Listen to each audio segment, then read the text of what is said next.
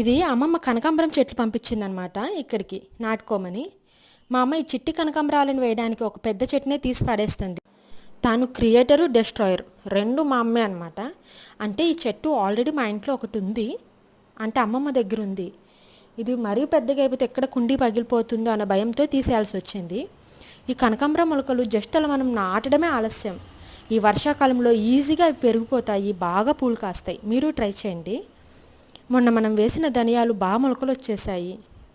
ఇప్పుడు కొత్తిమీర కాడలు మరీ సన్నగా ఉంటాయి కాబట్టి డైరెక్ట్గా వాటర్ చల్లితే అవి కింద పడిపోతాయి, నేల పడిపోతాయి. అందుకని ఇలా స్ప్రే బాటిల్తో వాటర్ వేసి చల్లాల్సి వస్తుంది. మీరు ఇది ట్రై చేయండి. అప్పుడు అవి బాగా వాటర్ స్ప్రెడ్ అవుతుంది, అవి బాగా పెరుగుతాయి కూడా. ఇది మన పనస మొక్క అండి, చూడండి ఎంత బాగా పెరిగిపోతుందో.